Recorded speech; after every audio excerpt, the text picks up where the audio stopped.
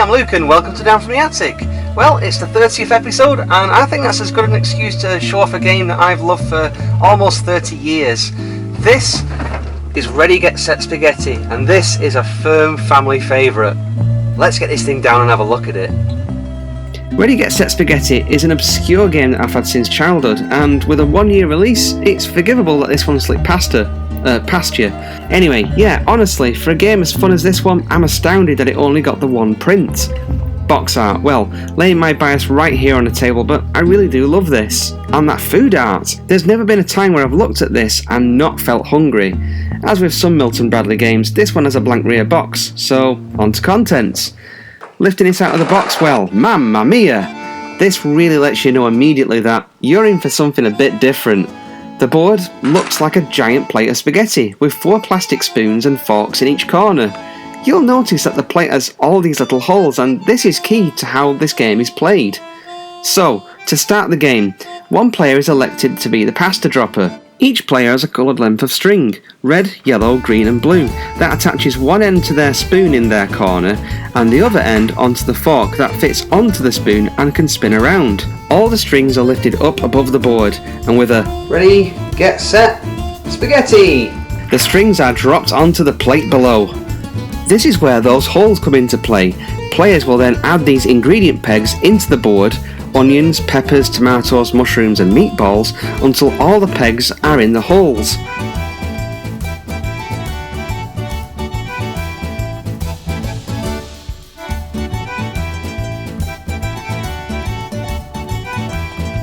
Once this is done, players begin to wind in their spaghetti.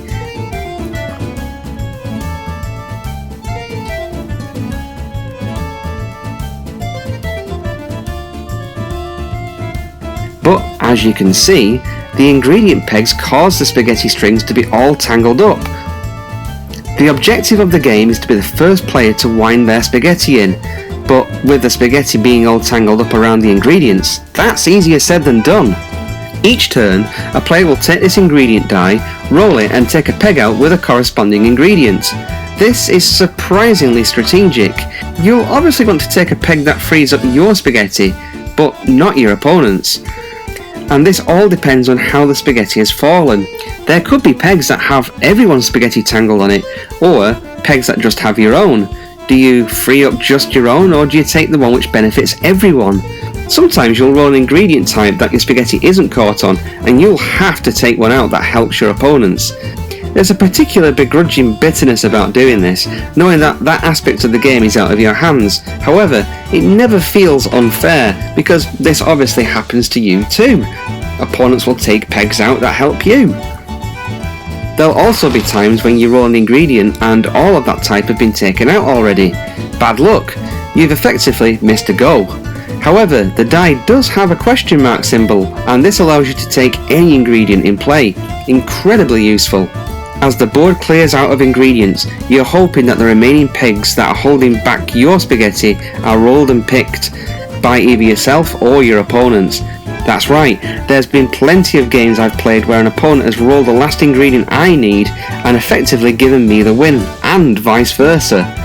There's also been games where the last peg is holding everyone in and it's a mad, frantic race to wind your spaghetti in first. There's a couple of house rules we implement and have done for so long that it feels like the natural way of playing this game. First, after the spaghetti drop at the start of the game, technically speaking, you're just supposed to insert the pegs where the strings lie, but, well, we drag the strings around with the pegs, tangle them up, really make things difficult for the other players. It's a bit of mean-spirited fun trying to make your opponents be tangled up more than what they have to be.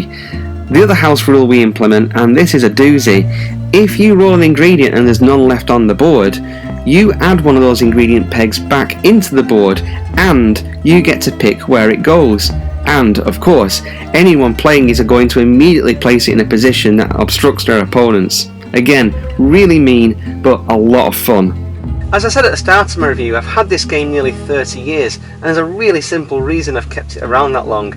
It's fun. It's as simple as that. It's a really fun game. It's not the deepest game, but in my opinion, this is one of the best family and party games I have in my collection. It's simple to set up, quick to explain the rules, visually it looks really interesting. Yeah, there's a little bit of luck elements to it, by how the string falls on the plate, how people put the pegs in, what you roll, but you've got decision making too. You decide what token you take out, what tokens you want to put back in. Typically a game of this will last about 10 minutes, but you'll definitely want to end up playing more rounds of it. It's just that fun.